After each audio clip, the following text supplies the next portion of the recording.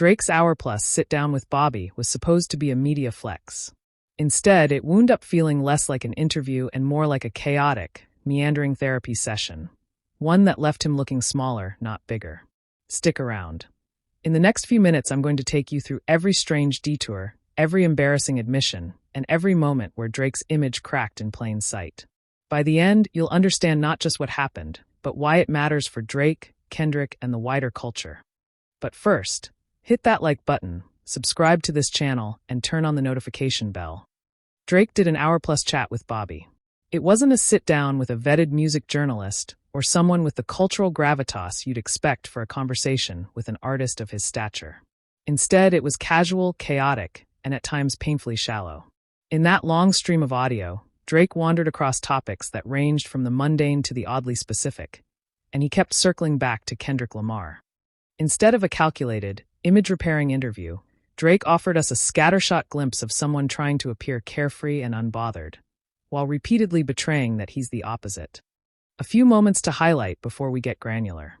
The interview included bizarre, off-topic moments.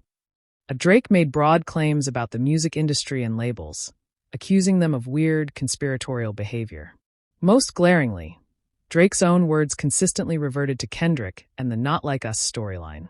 It's as if, even in trying not to talk about it, he couldn't help but. This was not a masterclass in public relations. It was a vulnerability parade dressed as bravado. Let's start with the story everyone is laughing about, Drake and the milk conversation.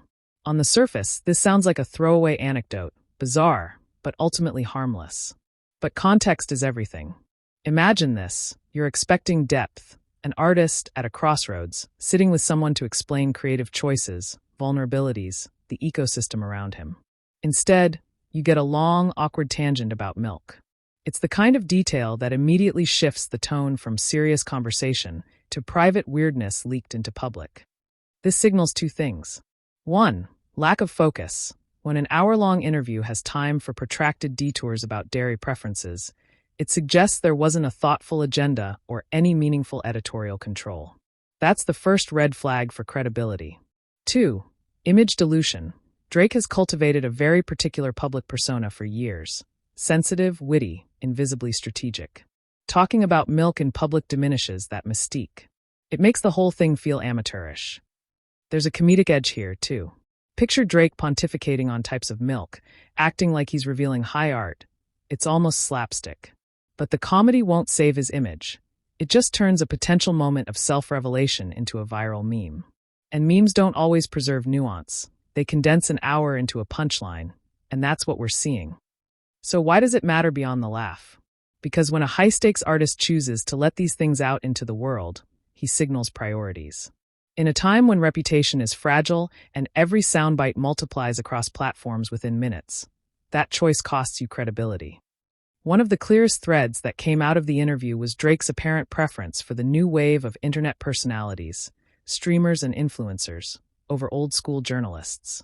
He's effectively saying, "I'd rather hang with XQC or Aiden Ross than sit down with an Elliot Wilson or a Charlemagne." On its face, this logic isn't insane. The internet has shifted power structures. Streamers have enormous reach, different audiences, and a raw, unfiltered energy. But let's unpack the trade-offs. Streamers tap into younger, more engaged audiences. They can turn a clip into trends, and those trends often mean streaming numbers. Those conversations can feel intimate, conversational, and low pressure, appealing if you don't want the formality of a magazine-style interrogation. The downside is that streamers aren't journalists. They don't always push for context, accountability, or deep answers. That means your performance can drift unchecked. You lose the cultural validation that comes with being taken seriously by respected critics and heavy hitters in the music press. For an artist whose legacy is tightly tied to cultural influence, that's significant. When Drake says he'd rather sit with streamers, he's effectively deciding that short-term virality and relatability matter more than long-form credibility. That's totally a strategic call, but in practice, this interview exposed the weakness of that strategy. Without editorial discipline or someone to ask the harder questions, you end up rambling. And when you ramble, you reveal things you probably shouldn't. So was the move smart or a surrender? It's both. Smart if your aim is clicks and platform domination. surrender if you wanted to protect artistic legacy and command respect. Now we get to the most uncomfortable part of this whole mess. The recurring presence of Kendrick Lamar in Drake's thoughts. Every tangent, every metaphor, every odd anecdote somehow looped back to Kendrick or the aftermath of Not Like Us. This isn't just rivalry, it's obsession. Think about someone replaying an old relationship in their head, insisting they're over it while their actions say otherwise. That's the psychological image here. Drake's language, his framing, the way he references Kendrick, it all reads like someone stuck in denial and fixation. Drake has spent years shaping his narrative, the underdog turned elite, the savvy connector across genres. But if the dominant public narrative becomes Drake can't stop talking about Kendrick, that shifts the story away from his artistry to petty rivalry. For an artist who built a persona on effortless confidence, this persistent preoccupation reads as insecurity. Kendrick has cultivated an image of dignity and artistry. When someone constantly orbits around him, it looks like an admission that the other artist is still calibrating his place in the cultural hierarchy.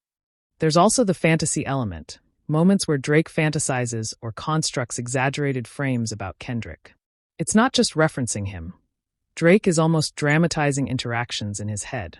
That shows a worrying level of mental energy spent on a rivalry at a time. He could be directing that energy elsewhere, to creativity, collaborations, or repairing relationships. Drake didn't just reminisce. He lobbed accusations, hinted at conspiracies, and tried 2 throwaway disses aimed at Kendrick, without naming him. Also present were theories about labels gaming streams, boosting records, and doing shady behind-the-scenes tech stuff that cost him the beef or whatever he thinks happened with Not Like Us. For someone with Drake's stature, indirect jabs look defensive. They're the kind of move you make when you don't want to step up for the reaction. Drake floated the idea that labels manipulate numbers and deploy botting tactics. These are heavy claims. If true, they'd be systemic concerns for the industry. But in this format, a casually delivered hour with no evidence, they come off as conspiracy thinking. The moment you start blaming nebulous labels without hard detail, you slide into victimhood narrative. Allegations without substance erode credibility. If you want to accuse the system, do it with data, witnesses, or legal action, not casual podcast asides. In short, the interview failed as an arena for accountability or clarity. It became a platform for half-baked theories, which only deepened questions around Drake's posture. Is he a victim, a manipulator, or simply confused? Drake has spent his career carefully curating contradictions. Emotional vulnerability plus ruthless business savvy. Chart-friendly hits with occasional lyrical turns. For years, that blend worked. It's how he became one of the best-selling artists on the planet. In the interview, Drake acted half his age.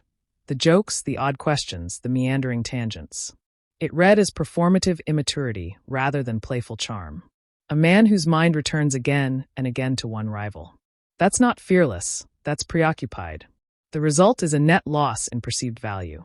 If this was a deliberate pivot, trading respect for virality, it's a high-risk strategy.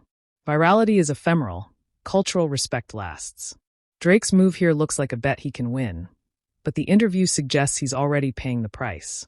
Beyond Drake as an individual, this interview exposes a set of structural tensions in contemporary hip-hop culture. This interview was a misstep. Not because Drake said something controversial. That can be managed, but because he gave us an unfiltered hour that emphasized chaos, fixation, and conspiratorial thinking. He tried to look like a freewheeling, relatable figure, and instead exposed the parts of him that appeal to low-effort virality rather than long-term respect. So I want to leave you with a few questions. Do you think an artist of Drake's caliber should prioritize streamers over respected journalists? Why or why not? Is obsessing publicly over a rival a strategic move or a sign of weakness? Where do you draw the line between playful rivalry and damaging fixation? Drop your thoughts in the comments. Don't forget to like, subscribe, and share this with someone who cares about hip-hop culture. Thanks for watching. And as always, stay active.